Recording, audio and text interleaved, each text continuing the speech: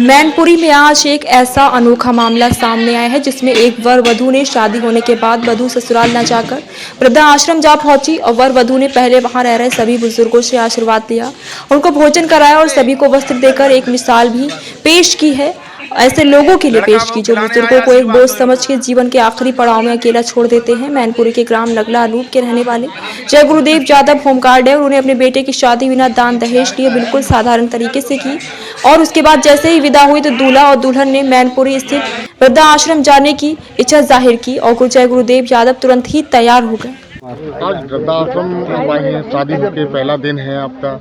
वृद्धाश्रम में आने का क्या औचित्य है आपका? हम लोग पहले भी आते रहे और हर बार आते हैं, तो आज हमारी शादी हुई है तो पहले घर में पहुंचते हुए पहले यहाँ पे आए हैं। जो अन्य लोग जो यहाँ पे रहते हैं बिना अपने परिवारजनों के, तो उनको अपना परिवार समझते हुए यहाँ पे हम लोग आए हैं। ये विचार आपको कहाँ से मिला? ये हमारे पापा बहुत पहले से ही सेवा इसमें जुड़े हुए हैं और हर साल हम शादियाँ भी करते हैं गरीब बहनों की, तो उसी तरीके से हमारा चलता हुआ आ रहा है, उसी में भी एक और प्रयास है। पहला दिन है आपका, आप वृद्धाश्रम में आए हैं, आपको कैसा लग रहा है यहाँ पे? बहुत अच्छा लग रहा है। आज मैंने अपनी ज़िंदगी का एक नया चैप्टर शुरू किया है, उसमें ये मेरा छोटा सा बहुत अच्छा परिवार बना है जो मैंने आज स्टार्ट किया है। आज आपने वृद्धा लोगों को खाना भी खिलाया है? हाँ जी। कपड़े भी वितरण किए हैं? हाँ जी।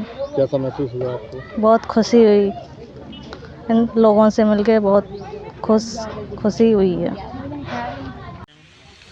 आज मेरे बेटे की शादी थी, 4 मार्च को बारात आई थी, 5 मार्च को हमको जो है बहू घर ले जानी है, तो शादी संपन्न हो चुकी है।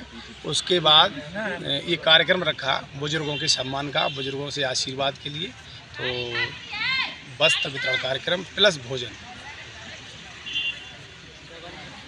आए हो आप वृद्धाश्रम, क्या पूरा प्रोग्राम था? क्या प्रोग्राम? गुरुदेव जो एक सामाजिक कार्यकर्ता के साथ साथ बहुत बड़ा योगदान रहता है सामाजिक कार्य में, इनके बेटे की शादी और आज विदा हुई। विदा के साथ घर न जाने से पहले यहाँ पर आशीर्वाद लेने के लिए वृद्धाश्रम आए और सभी वृद्धों को भोजन करवाया गया है और एक नई परंपरा, इस सामाजिक बढ़ती कुरीतियों के बीच में एक नई विचारधारा का जन्म हुआ है।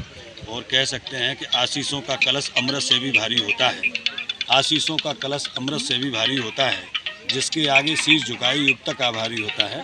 तो वर वधू ने यहाँ आशीर्वाद लिया और बुजुर्गों को अंग वस्त्र भेंट किए हैं, मातृशक्ति को साड़ियाँ और बुजुर्गों के लिए शॉल की व्यवस्था की गई है।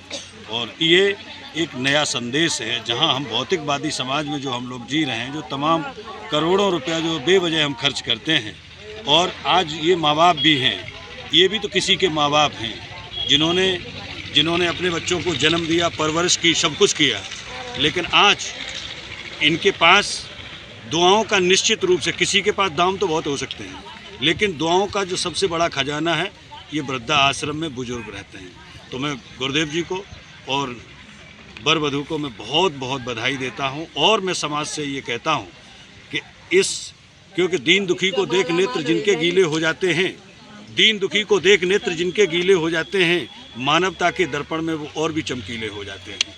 आज इस जो गुरुदेव यादव ने जो अपने बेटे की शादी करके ये नई परंपरा का सूत्रपात किया है, तो मैं तो समाज के प्रबुद्ध जनों से नहीं, पूरे देश के लोगों से कहना चाहता हूं कि करोड़ों रुपया जो अनावश्यक, जिसका कोई महत्व तो नहीं है, वहां खर्च करते हो, इस परंपरा से यदि आप समाज के लोग सीख लें तो मैं निश्चित रूप से नव समाज की संरचना होगी और नए समाज में एक संस्कारों का एक उदय होगा।